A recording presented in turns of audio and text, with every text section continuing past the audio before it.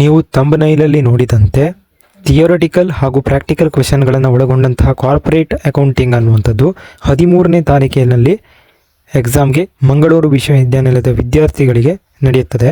ಅದೇ ರೀತಿಯಲ್ಲಿ ಅದೇ ನಿಟ್ಟಿನಲ್ಲಿ ಆ ಒಂದು ಕಾರ್ಪೊರೇಟ್ ಅಕೌಂಟಿಂಗ್ನಲ್ಲಿ ಮೇಯ್ನ್ ಆಗಿರುವಂತಹ ಒಂದು ಕ್ವೆಶನ್ಸ್ಗಳನ್ನು ಯಾವ ರೀತಿ ಕೊಟ್ಟಿದ್ದಾರೆ, ಯಾವ ರೀತಿ ಕಲಿಯಬೇಕು ಎನ್ನುವಂಥದ್ದನ್ನು ಹೇಳುವಂಥದ್ದು. ಮೊದಲನೇದಾಗಿ 16 ಮಾರ್ಕಿಗೆ ಬರುವಂಥದ್ದಾದರೆ ನೀವು 16 ಮಾರ್ಕಿನಲ್ಲಿ 2 ಪ್ರಶ್ನೆಗಳನ್ನು ಅಟೆಂಡ್ ಮಾಡಬೇಕು. ಅದೇ ರೀತಿಯಲ್ಲಿ 8 ಮಾರ್ಕ್ನಲ್ಲಿ 4 ಪ್ರಶ್ನೆಗಳನ್ನು ಅಟೆಂಡ್ ಮಾಡಬೇಕು. 4 ಮಾರ್ಕಿನಲ್ಲಿ 4 ಮಾರ್ಕ್ಗಳನ್ನು ಅಟೆಂಡ್ ಮಾಡಬೇಕು, 4 ಪ್ರಶ್ನೆಗಳನ್ನು ಅಟೆಂಡ್ ಮಾಡಬೇಕು. ಸರಾಸರಿ 16, 32 ಹಾಗೂ 32 ಅಂದರೆ 80 ಮಾರ್ಕಿನ ಪರೀಕ್ಷೆ ಇದಾಗಿರ್ತದೆ. 20 ನಿಮ್ಮ ಆಂತರಿಕ ಅಂದರೆ ಇಂಟರ್ನಲ್ ಮಾರ್ಕ್ಸ್ನ ಅಟೆಂಡ್ ಮಾಡುವಂತಹ ಕ್ವಶನ್ಸ್ ಪೇಪರ್ ಆಗಿರ್ತದೆ. ಇದು 3 ಗಂಟೆ ಆಗಿರೋದ್ರಿಂದ ಜಾಸ್ತಿ ನೀವು ಪ್ರಾಕ್ಟಿಕಲ್ಗೆ ಒತ್ತು ಕೊಡಬೇಕಾಗ್ತದೆ. ಯಾಕಂದರೆ ಪ್ರಾಕ್ಟಿಕಲ್ನಲ್ಲಿ ಜಾಸ್ತಿ ಟೈಮ್ ಸ್ಪೆಂಡ್ ಆಗುವಂಥದ್ದು ಥಿಯರಿಟಿಕಲ್ಗಿಂತ. ಅದೇ ರೀತಿಯಲ್ಲಿ ನೀವು ಸೆಕ್ಷನ್ ಸಿನ 16 ಮಾರ್ಕಿಗೆ ಒಂದು ಮಿನಿಮಮ್ 30 ನಿಮಿಷ ಅಥವಾ ಒಂದು 3/4 ಗಂಟೆಯಲ್ಲಿ 2 ಕ್ವಶನ್ ಮುಗಿಸಿದ್ರೆ ನೀವು ಆರಾಮಾಗಿ 8 ಮಾರ್ಕ್ ಹಾಗೂ 4 ಮಾರ್ಕಿನ ಥಿಯರಿಟಿಕಲ್ ಒಳಗೊಂಡಂತಹ ಪ್ರಶ್ನೆಗಳನ್ನು ಕೂಡ ಬರೆಯುವಂಥದ್ದು.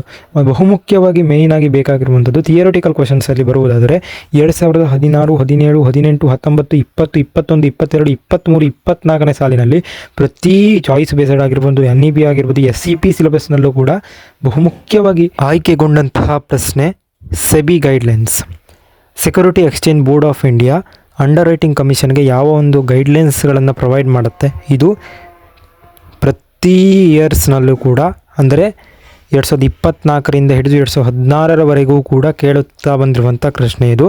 4 ಮಾರ್ಕಿಗೆ 200% ಅಂದರೆ 100% ಅಲ್ಲ 200% ಕೂಡ ಖಚಿತವಾಗಿ ಬರುವಂತಹ ಪ್ರಶ್ನೆ. ಗಮನವಿಟ್ಟು ಓದ್ಕೊಳ್ಬೇಕು. ನಿಮಗೆ ಮೊದಲೇ ತಿಳಿಸಿದಂತೆ 4 ಮಾರ್ಕಿಗೆ ಬರುವಂತಹ ಕ್ವಶನ್ಗಳಲ್ಲಿ ಅಂಡರ್ ರೈಟಿಂಗ್ ಮತ್ತು ಅದರ ಟೈಪ್ಸ್ಗಳನ್ನು ಕೇಳುವಂಥ ಸಾಧ್ಯತೆಗಳಿರ್ತದೆ. ಹಾಗೆ ಒಂದು ಮಾರ್ಕ್ಡ್ ಮತ್ತು ಅನ್ಮಾರ್ಕ್ಡ್ ಅಪ್ಲಿಕೇಶನ್ ಅಥವಾ ಯಾವುದೇ ಒಂದು ಟಾಪಿಕ್ನ ಬಗ್ಗೆ ಡೆಫಿನೇಷನ್ಸ್ಗಳನ್ನು ಕೇಳುವಂತಹ ಅವಶ್ಯಕತೆ ಅಥವಾ ಅಗತ್ಯತೆ ಅವರು ಇದ್ದು ಕೂಡ ನೀವು ಅದನ್ನು ಕಲಿತುಕೊಳ್ಬೇಕು. ಇಲ್ಲ ಅಂದರೂ ಕೂಡ ಕಲಿತುಕೊಳ್ಬೇಕು.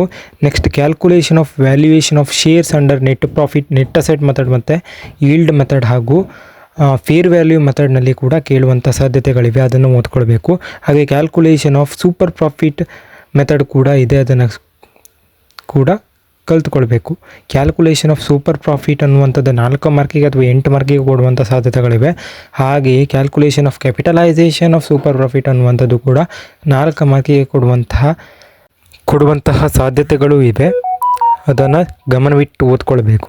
ನೀವು ಮಿನಿಮಮ್ ಆಗಿ ಯಾವ ರೀತಿಯಲ್ಲಿ ಅಟೆಂಡ್ ಮಾಡುವಂಥ ಪ್ರಾಕ್ಟಿಕಲನ್ನು ಅಟೆಂಡ್ ಮಾಡ್ಬೋದು, ಥಿಯರಿಯನ್ನು ಕೂಡ ಅಟೆಂಡ್ ಮಾಡುವಂಥದ್ದು.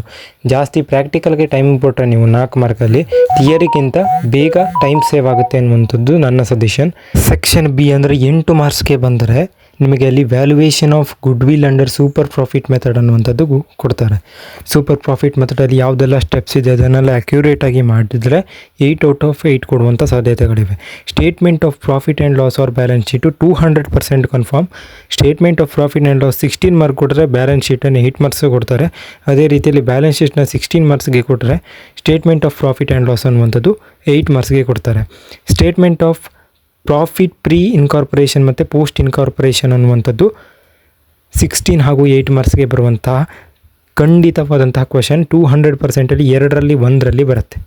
2ರಲ್ಲೂ ಬರಬಹುದು. 16 ಮತ್ತು 8 ಮಾರ್ಕ್ಸಲ್ಲಿ ಯಾವುದರಲ್ಲೂ ಒಂದಾದರೂ ಬರುವಂತಹ ಸಾಧ್ಯತೆಗಳಿವೆ. ಆಗಲೇ ಹೇಳಿದಂಗೆ calculation of valuation of shares under net asset, yield ಮತ್ತು ಫೇರ್ ವ್ಯಾಲ್ಯೂ ಮೆಥಡ್ ಅನ್ನುವಂಥದ್ದು ಕೂಡ 16, 4, 8 ಮಾರ್ಕ್ಸ್ಗೆ 3ಕ್ಕೂ ಬರುವಂತಹ ಕ್ವಶನ್ಸ್ಗಳಾಗಿರ್ತದೆ. ಅದೇ ನಂತರ calculation of underwriters liability ಮತ್ತು ಪಾಸ್ ದ ಜರ್ನಲ್ ಎಂಟ್ರೀಸ್, ಒಂದು ಲಯಬಿಲಿಟೀಸ್ನ ಅಂಡರ್ ರೈಟರ್ಸ್ನ ಲಯಬಿಲಿಟಿನ ಮಾಡಿಕೊಳ್ಳುವಂಥದ್ದು. ಅದೇ ರೀತಿಯಲ್ಲಿ ಆ ಅಂಡರ್ ರೈಟರ್ಸ್ನ ಜರ್ನಲ್ ಎಂಟ್ರಿನ ಕಂಪನಿ ಬುಕ್ಕಲ್ಲಿ ಎಂಟ್ರ್ ಮಾಡುವಂಥದ್ದು 8 ಅಥವಾ 16 ಮಾರ್ಕ್ಸ್ಗೆ ಬರುವಂಥ ಕ್ವೆಶನ್ನು. ಮತ್ತು another important question is factor affecting in valuation of goodwill, ಥಿಯರಿಯಲ್ಲಿ ಇಂಪಾರ್ಟೆಂಟ್ ಕ್ವಶನ್. ಇದರಲ್ಲೂ ಕೂಡ 2016ರಿಂದ 2024ರವರೆಗೂ ಕಂಟಿನ್ಯೂಸ್ ಆಗಿ ಕೇಳ್ತಾ ಬಂದಿದ್ದಾರೆ. ಈ ವರ್ಷವೂ ಕೇಳುವಂತಹ ಸಾಧ್ಯತೆಗಳಿವೆ. ಅದೇ ರೀತಿಯಲ್ಲಿ calculation of valuation of shares under net assets, yield ಮತ್ತು ಫೇರ್ ವ್ಯಾಲ್ಯೂ ಮೆಥಡ್ 4, 8, 16ಗೂ ಬರುವಂಥ ಕ್ವಶನ್ಸ್ಗಳು. ಅದೇ ರೀತಿ statement of profit pre incorporation ಮತ್ತು post incorporation same to same ಅದೇ ರೀತಿ ಬರುವಂಥದ್ದು 8 ಅಥವಾ 16ಗೆ. Calculation of underwriters liability ಮತ್ತು ಪಾಸ್ ಜರ್ನಲ್ ಎಂಟ್ರೀಸ್, ಇಲ್ಲಿ 2 ಟೈಪಲ್ಲಿ ಕೇಳುವಂಥದ್ದು. ಬರೀ ಜರ್ನಲ್ ಎಂಟ್ರೀಸನ್ನು ಬೇಕಾದರೂ ಕೇಳುವಂಥ ಸಾಧ್ಯತೆಗಳಿವೆ. ಬರೀ ಜರ್ನಲ್ ಎಂಟ್ರೀಸ್ ಅಥವಾ ಇವೆಲ್ಲ ಪ್ರಾಬ್ಲಮ್ ಮಾಡಿಕೊಂಡು ಜರ್ನಲ್ ಎಂಟ್ರೀಸ್ನ ಕೇಳುವಂಥ ಸಾಧ್ಯತೆಗಳಿವೆ, ಅಥವಾ ಬರೀ ಅಂಡರ್ ರೈಟರ್ಸ್ ಲಯಬಿಲಿಟಿನ ಕೇಳುವಂಥ ಸಾಧ್ಯತೆಗಳು ಕೂಡ ಇರ್ತದೆ. Statement of profit and loss account ಮತ್ತು ಬ್ಯಾಲೆನ್ಸ್ ಶೀಟ್ ಕೇಳುವಂಥ ಸಾಧ್ಯತೆಗಳಿವೆ. ಅದೇ ರೀತಿಯಲ್ಲಿ ಲಾಸ್ಟ್ ಒಂದು ಅಥವಾ ಎರಡು ಥಿಯರಿ ಕ್ವೆಶನ್ಸ್ಗಳನ್ನು ಕೇಳುವಂತಹ ಸಾಧ್ಯತೆಗಳಿವೆ. ನೀವು ಜಾಸ್ತಿ ಪ್ರಾಕ್ಟಿಕಲ್ಗೆ ಒತ್ತು ಕೊಡೋದ್ರಿಂದ ಯಾವುದೇ ರೀತಿಯಲ್ಲಿ ಓದುವಂಥ ಅವಶ್ಯಕತೆ ಇರುವುದಿಲ್ಲ. ಒಳ್ಳೆಯದಾಗಲಿ, ಒಳ್ಳೆಯ ಒಂದು ರೀತಿಯಲ್ಲಿ ಅಟೆಂಡ್ ಮಾಡಿ ಬರೋದು. All the best for all the students.